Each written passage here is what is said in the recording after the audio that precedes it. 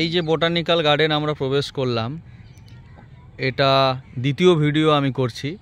প্রথম ভিডিওটা আমি 10 মিনিট করে বেশি লং করলাম না। অনেকটা দূর আমরা হেঁটে হেঁটে এলাম মেন গেট থেকে, ধরুন 2.5 কিলোমিটারের মতো, 2 কিলোমিটারের বেশি হবে। তো যেটা হচ্ছে মেন, যেটা সবাই ঢুকে এটাই দর্শন করার জন্য সবাই ভাবে যে ওই জায়গাটা কোথায়। দেখুন, ক্যামেরা দিয়ে দেখুন, মনে হচ্ছে না আমরা কোনো একটা সামনে একটা পাহাড় আর এই রাস্তা দিয়ে যাচ্ছি। তো এটা কিভাবে বর্ণনা করবো আমি জানি না। এটাই সেই বট গাছ, সেই বটবৃক্ষ, মানে যেটাকে বলা হয় পৃথিবী বিখ্যাত, যার কোনো শিকড় আজও পর্যন্ত, বা যেটা মূল গাছ, যেটা দিয়ে ওঠে, যেটা আমরা বট গাছের মূলটা যেটা জানতে পারি, সেটা এখানে নেই। তো এই এই এই দৃশ্যটা দেখুন, জাস্ট ভিউটা দেখুন। এখানে বাচ্চারা আসলে তাদের জন্য একটা মনোমুগ্ধকর এই পরিবেশটা, বাচ্চাদের জন্য বিশেষ করে। আমার ছেলেও কন্টিনিউয়াসলি ওটাই বলছে যে পুরো ওদের একটা স্কুল টিম বা যারা খেলা করে তারা যদি এখানে আসে সারাদিন, মানে ওরা এত বেশি দৌড়তে পারবে, খেলতে পারবে। আর এটাকে গ্রাস কাটার দিয়ে সুন্দর করে পরিবেশটাকে কি সুন্দর সাজিয়ে রেখেছে দেখুন। মানে কি বলবো, আর ভাষা নেই সেইভাবে বোঝানোর মতো। যাই হোক, এই ভিডিওর মাধ্যমে, আমি তো কোনো এডিট করি না, তো দেখুন ওই সামনে একটা পদ্ম ফুল ফুটে আছে, পদ্ম পাতা, ওখানে শালিক আছে।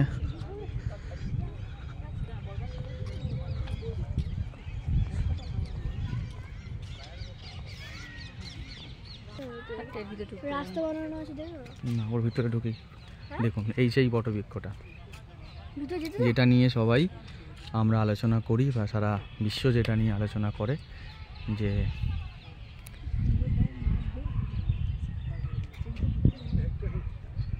একটু চারধারটা ঘুরিয়ে দেখাবো আপনাদেরকে। এই দেখুন, এই যে বট গাছ, এর আপনারা কোনটা দিয়ে কোনটা গেছে, কোনটা এর মূল, কোথা থেকে এটা তৈরি হয়েছে, কিভাবে একটার পর একটা ছড়িয়ে গেছে। বট গাছ তো আমরা সবাই দেখেছি, সমস্ত জায়গায় রয়েছে। এটা অ্যাকচুয়ালি একটু অন্য একটু রূপ, মানে এটা কোথায় দিয়ে, এর যে মেন যেটা দিয়ে শুরু হয়েছে এবং সেটা দিয়ে আরেকটা তৈরি হয়েছে, মূলটা কোনোভাবে খুঁজে পাওয়া সম্ভব হয়নি এখানে।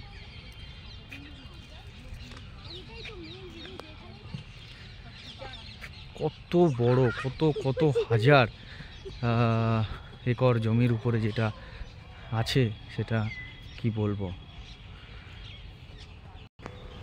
এই হচ্ছে ওই দিকে পুরো শেষ, মানে রোড সাইড শুরু হলো, এই দিক দিয়ে ঘুরে ঘুরে। আচ্ছা, এই বটবৃক্ষের মেন স্ট্রাকচার।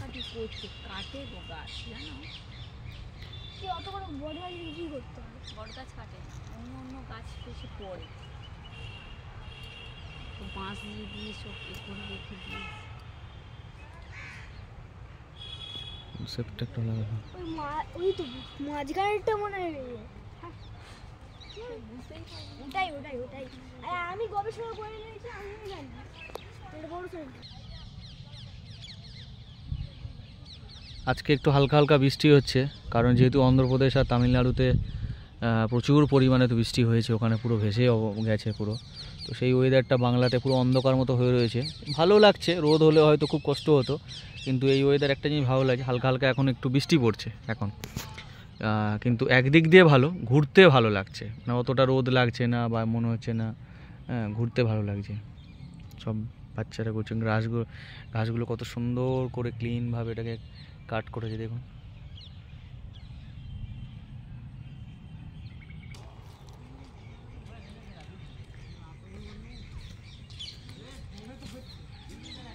এই দেখুন কি অপরূপ পদ্ম, পুরো পদ্ম পাতা, পদ্ম ফুল, একটা বড় পদ্ম ফুল ওখানে ফুটে আছে।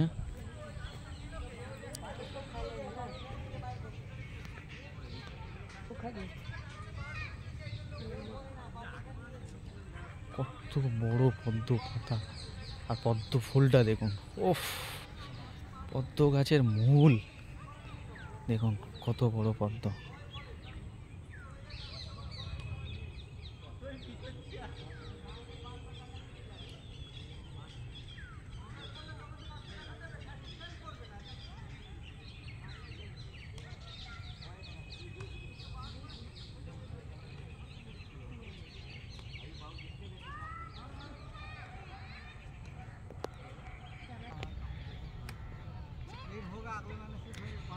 প্রকৃতির কি নৈসর্গিক দৃশ্য, চোখ জুড়িয়ে যায় যেদিকে তাকায়।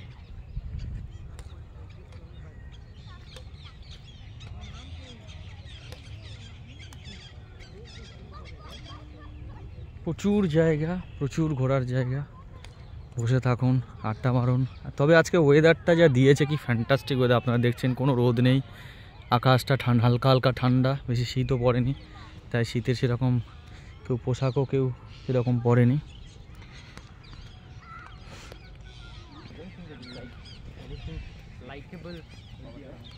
কিংস লেক, কিছু কিছু নাম দেওয়া হয়েছে, কিংস লেক।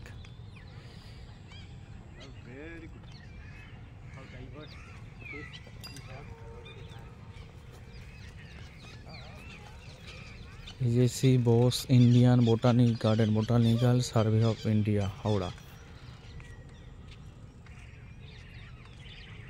তিনটে ধরনের কালার, এটা একটা অরেঞ্জ, এটা রেড, ও আচ্ছা ওটাও অরেঞ্জ, কিন্তু গাছের রংটা আলাদা।